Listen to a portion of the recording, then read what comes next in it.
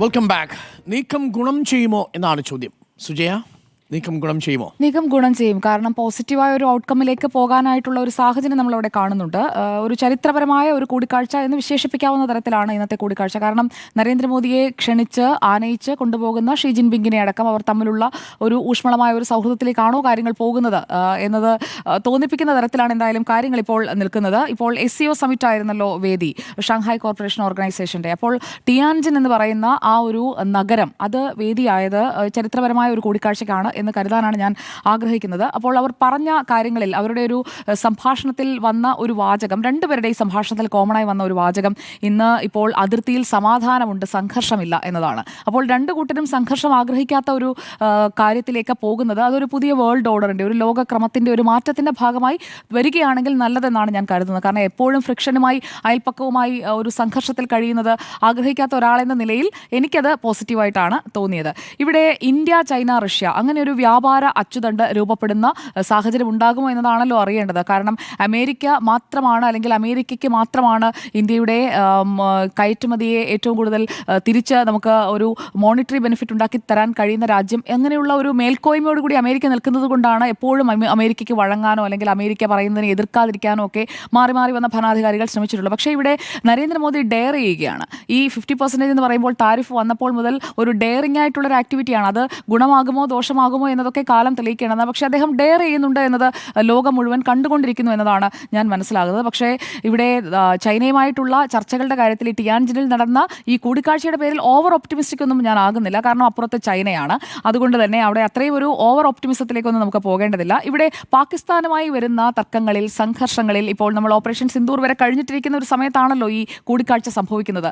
അതിൽ ചൈന എടുക്കുന്ന neutral stand, അത് ഇന്ത്യയെ സപ്പോർട്ട് ചെയ്യണമെന്നില്ല, പാകിസ്ഥാനെയും സപ്പോർട്ട് ചെയ്യാതെ ഒരു ന്യൂട്രൽ സ്റ്റാൻഡിലേക്ക് ചൈന പോവുകയാണെങ്കിൽ അതിൻ്റെ ബെനിഫിഷ്യറി എന്ന് പറയുന്നത് ഇന്ത്യ തന്നെയാണ്. ചൈനയുടെ അങ്ങനെ ഒരു നീക്കം ഉണ്ടാകുമോ എന്നതാണ് അറിയേണ്ടത്. കാരണം ഇവിടെ ഷീ ജിൻപിങ്ങിനോട് നരേന്ദ്രമോദി പറഞ്ഞത് പരസ്പരം വിശ്വാസം സൃഷ്ടിക്കണം എന്നതാണ് ആവശ്യപ്പെട്ട ഒരു പ്രധാനപ്പെട്ട കാര്യം. അത് 2017 ഡോക്ലാം, 2020 ലഡാക്ക്, അവിടെയാണ് രണ്ട് തവണയും ചൈനയുടെ ഭാഗത്തു നിന്ന് പ്രകോപനങ്ങൾ ഉണ്ടായത്, ഇന്ത്യയുടെ ഭാഗത്തു നിന്ന് അതിന് റെസ്പോൺസും ഉണ്ടായത്. അപ്പോൾ ഈ ബീജിംഗിൽ ഈ കാര്യങ്ങളൊക്കെ സംഭാഷണ മധ്യേ കടന്നു വന്നിട്ടുണ്ടാകും എന്ന് തന്നെയാണ് ഞാൻ കരുതുന്നത്. ഓപ്പറേഷൻ സിന്ദൂറിലൂടെ ഇന്ത്യ കൊടുത്ത മറുപടി ചൈനയുടെ പ്രതിരോധ സംവിധാനമടക്കം തകർത്തുകൊണ്ടാണ് പാകിസ്ഥാനിലേക്ക് കടന്നു കയറി ഇന്ത്യ ആക്രമണം നടത്തിയത് എന്നതും ചൈനയ്ക്ക് കൃത്യമായി അറിയാവുന്ന കാര്യമാണ്. അതുകൊണ്ട് ചൈന ഒരു പൊടിക്ക് താഴേക്ക് വന്നിട്ടുണ്ടോ എന്ന് സംശയിക്കേണ്ടിയിരിക്കുന്നു. കാരണം ചൈനയുടെ ഭാഗത്തുനിന്ന് ഒരു വെൽക്കമിംഗ് മൂവി 7 വർഷത്തിന് ശേഷം, ഓപ്പറേഷൻ സിന്ദൂറിന് ശേഷം ഉണ്ടാകുന്നത് ഒന്നുകിൽ അത് ഷീയുടെ ടാക്ടിക്സ് ആണ്, അതല്ലെങ്കിൽ ഷീ ഈ രീതിയിൽ ഒരു സഹകരണത്തിന് തയ്യാറാകുന്നു എന്ന ഒരു പോസിറ്റീവ് നോട്ടാണ്. ഇത് രണ്ടുമാണ്.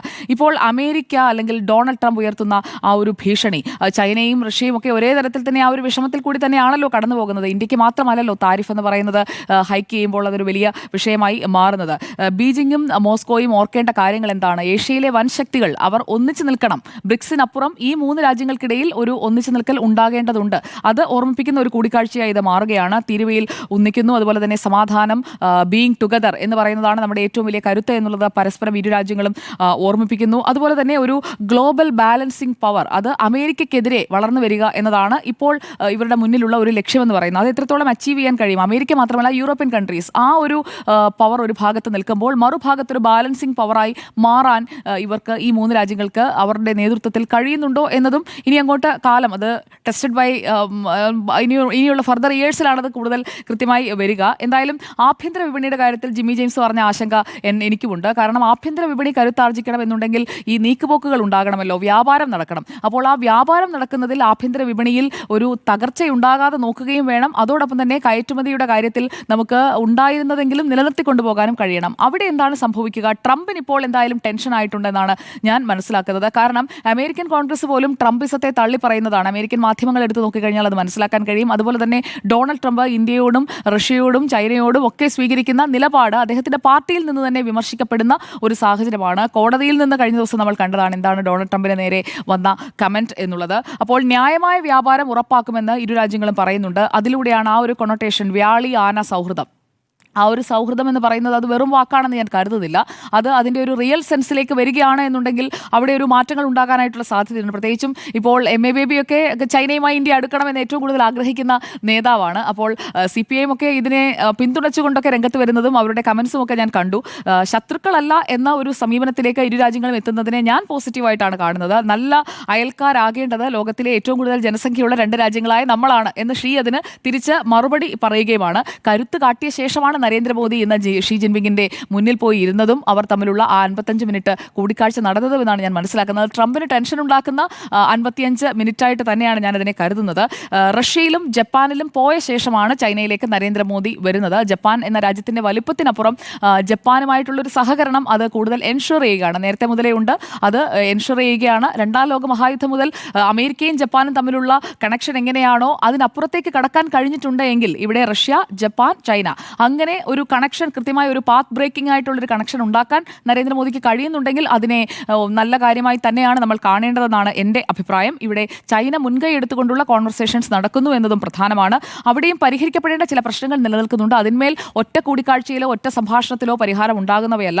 അത് ഭൂട്ടാന്റെയും തൈവാന്റെയും ഓട്ടോണോമിയുടെ കാര്യത്തിലായാലും അതിർത്തിയിലെ സംഘർഷങ്ങൾ, നമ്മൾ നേരത്തെ സോർട്ട് ഔട്ട് ചെയ്യാതെ നിൽക്കുന്ന സംഘർഷങ്ങളുണ്ട്, അതിൻ്റെ കാര്യത്തിലായാലും അതുപോലെ തന്നെ പാകിസ്ഥാനോടുള്ള സമീപനം, തീവ്രവാദം തുടച്ചു നീക്കുന്നതിനെക്കുറിച്ചുള്ള ഇന്ത്യയുടെ നിലപാടും അതുപോലെ പാകിസ്ഥാൻ അതിൽ ഉൾപ്പെട്ടിരിക്കുന്ന പാകിസ്ഥാൻ ഭീകരതയുടെ പ്രഭവകേന്ദ്രമായി നിൽക്കുമ്പോൾ പാകിസ്ഥാനോട് ചൈന എടുക്കുന്ന ഈ ഭീകരതയുടെ കാര്യത്തിലെ നിലപാടും അവിടെ സോർട്ട് ചെയ്യപ്പെടേണ്ട പ്രശ്നമായി നിൽക്കുന്ന 2ാമത്തെ കാര്യമാണ്. അതുപോലെ തന്നെ ഇന്ത്യയുടെ UN സെക്യൂരിറ്റി കൗൺസിലെ പെർമനന്റ് മെമ്പർഷിപ്പ് അതും ഒരു വിഷയമാണ്. അങ്ങനെയുള്ള പല വിഷയങ്ങളും അവിടെ നിൽക്കുന്നുണ്ട് ഇരു രാജ്യങ്ങൾക്കിടയിൽ എന്നാണ് ഞാൻ മനസ്സിലാക്കുന്നത്. അതുകൊണ്ട് ജപ്പാനിൽ പോയി പ്രധാനമായും ധാരണയായിരിക്കുന്നത് കൊമേഴ്സ്യൽ, ടെക്നോളജിക്കൽ, സെക്യൂരിറ്റി അതുപോലെ തന്നെ ഹ്യൂമൻ റിസോഴ്സ് ഈ കാര്യങ്ങളിലൊക്കെയുള്ള സഹകരണങ്ങളിലാണ്. ചൈനയുമായുള്ള ചർച്ചകൾ എന്തായാലും തുടരും എന്ന് പറയുന്നുണ്ട്. ഒരു രാജ്യത്തിന്റെ നയതന്ത്ര ബന്ധം എന്ന് പറയുന്നത് രാജ്യത്തിന്റെ താല്പര്യങ്ങൾക്ക്, സാഹചര്യങ്ങൾക്ക് അനുസരിച്ചൊക്കെ മാറ്റുന്നതാണ്, അല്ലെങ്കിൽ മാറ്റി എഴുതുന്നതാണ് നമ്മൾ കണ്ടുവരുന്നത്. ഇവിടെ അധികാരത്തിൽ വന്ന ആദ്യ വർഷങ്ങളിലൊക്കെ പാകിസ്ഥാനുമായും വേണമെങ്കിൽ ഒരു ഷെയ്ഖ് ഹാൻഡ് എന്ന രീതിയിലേക്ക് ബന്ധം സ്ഥാപിക്കുന്നതിലേക്കൊക്കെ പോകുന്ന ഒരു നരേന്ദ്രമോദിയെ നമ്മൾ കണ്ടു. ഡൊണാൾഡ് ട്രംപിനെ ഫ്രണ്ട് എന്ന് വിളിച്ചു. പക്ഷേ ഫ്രണ്ട് ഒരു തെറ്റ് ചെയ്ത് കഴിഞ്ഞിട്ടുണ്ടെങ്കിൽ ആ ഫ്രണ്ടിനെ പറഞ്ഞു തിരുത്തേണ്ടതും ഒരു നല്ല ഫ്രണ്ടാണെന്നുണ്ടെങ്കിൽ ആ ഫ്രണ്ടിന്റെ ഒരു കടമയല്ലേ. അപ്പോൾ ഒരിക്കൽ ഫ്രണ്ട് എന്ന് വിളിച്ചു, നമസ്തേ ട്രംപ് എന്ന് പറഞ്ഞ പരിപാടി നടത്തി. അതിന്റെ അർത്ഥം ട്രംപ് പറയുന്ന എല്ലാ മണ്ടത്തരത്തിനും കൈയടിക്കണമെന്നല്ല. ഈ താരിഫ് എന്ന് പറയുന്നത് ഡൊണാൾഡ് ട്രംപിന്റെ പാർട്ടിക്കുള്ളിൽ തന്നെ വിമർശനം വന്നുകൊണ്ടിരിക്കുന്ന കാര്യമാണ്. അപ്പോൾ അത് അംഗീകരിച്ചുകൊണ്ട് ഒരു രാജ്യത്തിന്റെ പ്രധാനമന്ത്രിയായി തുടരാൻ നരേന്ദ്രമോദിക്ക് കഴിയുമോ? അതുകൊണ്ട് ആ കാര്യത്തിൽ രാജ്യത്തിന്റെ താല്പര്യം എന്താണ് എന്ന് മനസ്സിലാക്കിക്കൊണ്ടാണ് അതിൽ വിട്ടുവീഴ്ചയില്ല എന്ന് അദ്ദേഹം കൃത്യമായി തന്നെ പറഞ്ഞത്. അതുപോലെ തന്നെ റഷ്യയിൽ നിന്ന് എണ്ണ വാങ്ങരുത് എന്നൊക്കെയുള്ളൊരു തിട്ടൂരം വന്നപ്പോഴേക്കും നടക്കില്ല എന്ന് തന്നെ അങ്ങ് തീർത്തു പറയാനും നരേന്ദ്രമോദിക്ക് കഴിഞ്ഞു. അപ്പോൾ ഈ ട്രംപിസത്തിന് കീഴടങ്ങാൻ നരേന്ദ്രമോദി തയ്യാറല്ല എന്നത് ലോകത്തിന് മുഴുവൻ കൊടുക്കുന്ന ഒരു മെസ്സേജാണ്. ഇരു രാജ്യങ്ങളും തമ്മിലുള്ള സൗഹൃദം നല്ല രീതിയിൽ പോകുമ്പോഴാണ്, ഇന്ത്യയും അമേരിക്കയും തമ്മിലുള്ള സൗഹൃദം നല്ല രീതിയിൽ പോകുമ്പോഴാണ് ഇന്ത്യയും പാകിസ്ഥാനും തമ്മിലുള്ള യുദ്ധം അവസാനിപ്പിച്ചത് ഞാനാണ്, എല്ലാം ചെയ്തത് ഞാനാണ് എന്ന് ഡൊണാൾഡ് ട്രംപ് പറഞ്ഞുകൊണ്ടിരുന്നത്. പക്ഷേ അതിനെ അംഗീകരിക്കാൻ നരേന്ദ്രമോദി ഇതുവരെ തയ്യാറായിട്ടുമില്ല. അങ്ങനെയല്ല, ഒരാളുടെയും ഒരു രാജ്യത്തിൻ്റെയും മധ്യസ്ഥതയില്ല എന്നാണ് പാർലമെന്റിൽ തന്നെ കൊടുത്ത മറുപടിയിലും പറയുന്നത്. അപ്പോൾ അമേരിക്കയുടെ ആണവായുധ ശേഖരം പാകിസ്ഥാനിലുണ്ട് എന്നൊക്കെയാണല്ലോ പറയപ്പെടുന്നത്. അപ്പോൾ അതിന് ഇന്ത്യയുടെ ആക്രമണത്തിൽ എന്തോ സംഭവിച്ചു എന്നും ആ ഒരു സമയത്ത് വാർത്തകൾ വന്നതാണ്. അപ്പോൾ ഈ യുദ്ധം തീർന്നു കിട്ടാൻ ഡൊണാൾഡ് ട്രംപ് ആഗ്രഹിച്ചത് ഒരുപക്ഷെ അതുകൊണ്ടായിരിക്കാം ഡൊണാൾഡ് ട്രംപ് പാകിസ്ഥാനോട് പെട്ടെന്ന് നിർത്തിക്കോ അല്ലെങ്കിൽ തടി കഴിച്ചിലാക്കിക്കോ എന്ന് പാകിസ്ഥാനോട് ഡൊണാൾഡ് ട്രംപ് പറഞ്ഞതുമാകാം, അമേരിക്ക പറഞ്ഞതുമാകാം. എന്തായാലും ഇക്കാര്യത്തിൽ അമേരിക്കയുടെ ഡൊണാൾഡ് ട്രംപിന്റെ വീരവാദത്തിന് മുന്നിൽ കീഴടങ്ങാൻ ഇന്ത്യ തയ്യാറല്ല എന്നത് ഇതിനകം തന്നെ ക്ലിയർ ആയ കാര്യമാണ്. ഇതിൽ എനിക്ക് ഉള്ള പേഴ്സണൽ ഒപ്പീനിയൻ, അമേരിക്ക ഒരു ലോക പോലീസായിട്ടൊക്കെ ഇങ്ങനെ നിൽക്കുമ്പോഴേക്കും എപ്പോഴും ആ ലോക പോലീസിനെ വണങ്ങാതെ ഇടയ്ക്കൊക്കെ ഒന്ന് വെല്ലുവിളിക്കാൻ ചൈനയും ജപ്പാനും റഷ്യയും ഇന്ത്യയും ഒക്കെ ഒന്ന് തയ്യാറാകുന്നത് നല്ലതല്ലേ? ഇപ്പോൾ ലോകം മുഴുവൻ ഇന്ത്യൻ ഉൽപ്പന്നങ്ങൾക്ക് വിപണി കണ്ടെത്തുക, അതാണ് ഇന്ത്യയുടെ ലക്ഷ്യം എന്നതാണ് ഞാൻ മനസ്സിലാക്കുന്നത്. അപ്പോൾ അമേരിക്കയുടെ ഈ മണ്ടൻ നീക്കം അത് നരേന്ദ്രമോദി ഉർവശി ശാപ ഉപകാരം എന്ന രീതിയിൽ വേണ്ട രീതിയിൽ പ്രയോജനപ്പെടുത്തും എന്ന് തന്നെയാണ് അദ്ദേഹത്തിന്റെ ഇതുവരെയുള്ള ഒരു ടാക്ടിക്സ് വെച്ച് നോക്കുമ്പോൾ എനിക്ക് മനസ്സിലാക്കാൻ കഴിയുന്നത്. അപ്പോൾ അമേരിക്കയേക്കാൾ ശക്തമായ വിപണി കണ്ടെത്തുക എന്നതാണ് മുന്നിലുള്ള ലക്ഷ്യം. അത് ജിമ്മി ജെയിംസ് പറഞ്ഞതിനോട് ഞാൻ യോജിക്കുന്നു. കാരണം നമ്മുടെ ഉൽപ്പന്നങ്ങൾ വിറ്റഴിക്കപ്പെടണം. അപ്പോൾ ശക്തമായ ഒരു വിപണി സാധ്യതകൾ കണ്ടെത്തണം. അതിന് ചിലപ്പോൾ കുറച്ച് സമയമെടുത്തെന്ന് വരും. ഇവിടെ പരിഹസിക്കുന്നത് പോലെ പെട്ടെന്ന് സ്വിച്ചിട്ടതുപോലെ ഉണ്ടാകുന്നതല്ലല്ലോ ഈ വിപണി എന്ന് പറയുന്നത്. ഇന്ത്യക്ക് എന്തെങ്കിലും സംഭവിച്ചു കഴിഞ്ഞാൽ അതും നല്ലത്, ഇന്ത്യക്ക് സംഭവിക്കട്ടെ, ഇന്ത്യ അങ്ങ് മുടിഞ്ഞു പോട്ടെ എന്നൊക്കെ വിചാരിച്ചിരിക്കുന്ന ആളുകൾ ഉണ്ടെന്നുണ്ടെങ്കിൽ അവർക്ക് ഇപ്പോഴത്തെ ഈ ഒരു ടെൻഷൻസും അതുപോലെ തന്നെ വിപണിയിൽ സംഭവിക്കുന്ന നഷ്ടങ്ങളുമൊക്കെ ഒരു സന്തോഷമൊക്കെ ഉണ്ടാകും. എന്തായാലും പ്രധാനമന്ത്രി സ്ഥാനത്ത് 3 വട്ടം നരേന്ദ്രമോദി എത്തിയിട്ടുണ്ട് എന്നുണ്ടെങ്കിൽ ഇപ്പോഴത്തെ ഈ പ്രശ്നങ്ങൾ തീർക്കാൻ അതിനെ ഏത് രീതിയിലാണ്, ആരെയാണ് ചങ്ങാതിയാക്കേണ്ടത്, എങ്ങനെ വേണം മുന്നോട്ട് പോകാൻ എന്നുള്ളത് നരേന്ദ്രമോദിക്ക് കൃത്യമായി അറിയും എന്നാണ് ഞാൻ മനസ്സിലാക്കുന്നത്. അപ്പോൾ ഈ കാര്യങ്ങളിൽ പ്രോപ്പർ വേയിൽ തന്നെയാണ് മുന്നോട്ട് പോകുന്നത്. ഇപ്പോഴത്തെ നീക്കങ്ങൾ എന്തായാലും ഗുണം ചെയ്യുന്ന തരത്തിലാണ് നീങ്ങുന്നത്. ഓക്കെ.